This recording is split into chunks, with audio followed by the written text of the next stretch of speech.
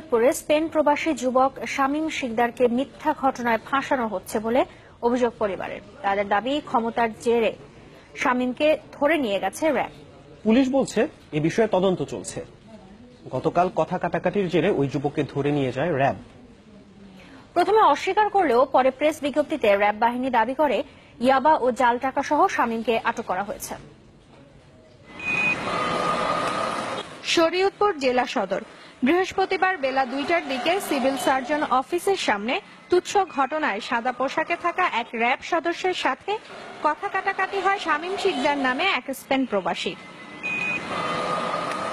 এ ঘটনার পর বিকেলে রাজগঞ্জ সেতু এলাকা থেকে গাড়িতে তুলে নেওয়া হয় শামীম শিকদারকে। প্রত্যক্ষদর্শীদের দাবি, র্যাব সদস্যরাই নিয়ে গেছেন তাকে।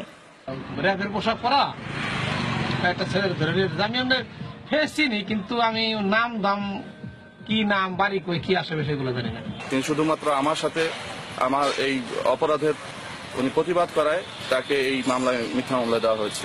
যদিও তখন বিষয়টি অস্বীকার করেছিল র্যাব। অনেক জায়গা থেকে টিম মুভ করছে। এখন যদি র্যাব উঠে থাকে, আমি কিন্তু শুধুমাত্র আমার ক্যাম্পের কথা বলতেছি যে আমার ক্যাম্প তাকে তুলে নিয়ে আসে নাই, এবং যদি অন্য কোনো ক্যাম্প তুলে থাকে আমি সেটা এখন পর্যন্ত জানি না। ঘটনাটি জানাজানি হলে বৃহস্পতিবার রাত 10টার দিকে র্যাবের পক্ষ থেকে জানানো হয় শামীম শিকদার নামে একজনকে ইয়াবা ও জাল টাকা সহ আটক করা হয়েছে। হ্যাঁ, এটা হচ্ছে আমার এইখান থেকে কনফার্ম করলাম। আমি তো এটাই আপনাকে প্রেস রিলিজ দিয়েছি।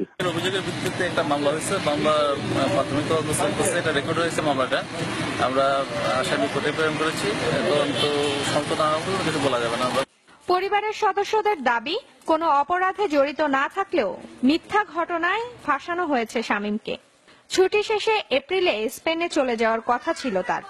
কেন আমার ভাইকে, নিরহ ভাইকে এরা এইভাবে যেভাবে ওকে মারছে, পিটাইছে বা অন্যান্য মানুষের সাথে শুনি, এটার আমি আপনাদের কাছে